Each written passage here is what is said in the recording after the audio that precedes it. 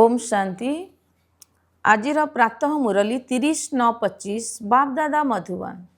बाबा कहते मिठे बच्चे बाबा आसी समस्तंकर दुख हरण करी सुख देवाई से तुम्हें दुखहर्ता संतान क्या केबे हेले भी दुख दियो नाही।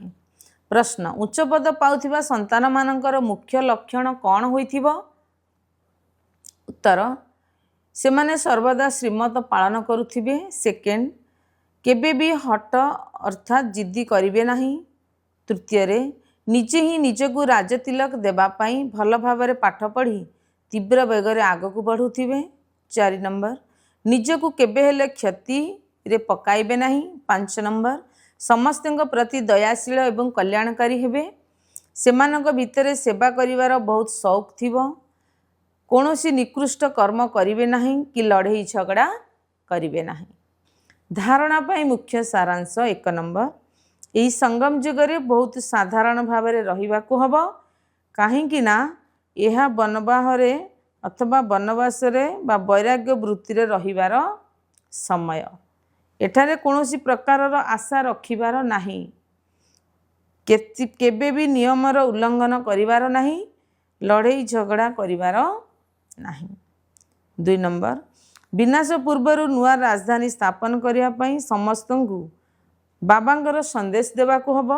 जे बाबा कहउचंदी मते मने पकाओ तेबे तुमर विकर्म विनाश हबो एवं तुमे पवित्र होई जिवो।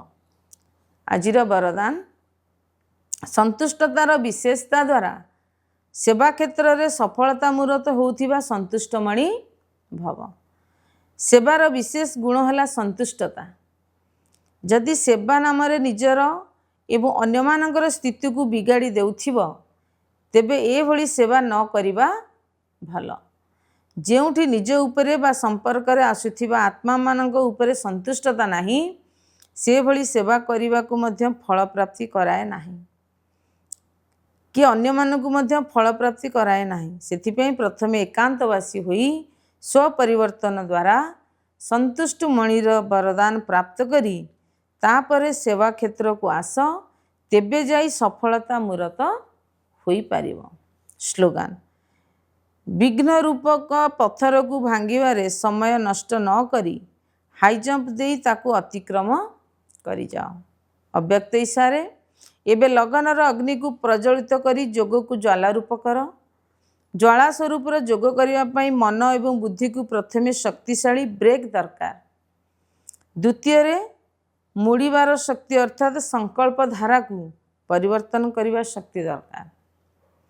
यह द्वारा बुद्धिर शक्ति बा कौनसी भी शक्ति व्यर्थरे नष्ट होगा परिवर्ते जमा होई चलिबो एवं जेते जमा होइथिबो सही अनुसार परखिबार एवं निर्णय करिवार शक्ति बढ़ी चलिबो। सेथिपई एबे संकल्पर विस्तार को बंद करी चल अर्थात एकत्रीकरणर शक्ति को धारण कर। ओम शांति।